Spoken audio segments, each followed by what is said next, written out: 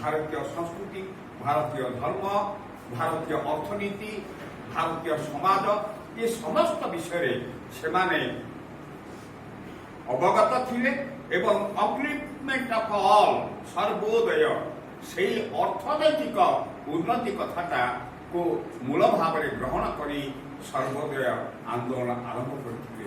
ଏ ହେଉଛନ୍ତି ବିନୋବା ଭାବେ।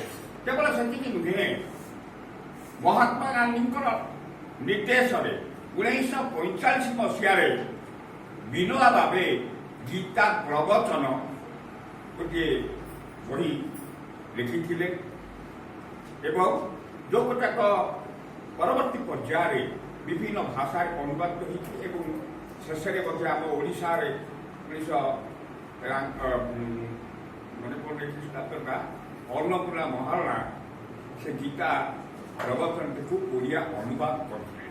ତେଣୁ ସେମାନଙ୍କର ଯେଉଁ ତ୍ୟାଗପୂତ ଜୀବନ ଅବିସ୍ମରଣୀୟ, ସେହି ମହାନ ଆତ୍ମାଙ୍କ ଉଦ୍ଦେଶ୍ୟରେ ଭକ୍ତିପୂତ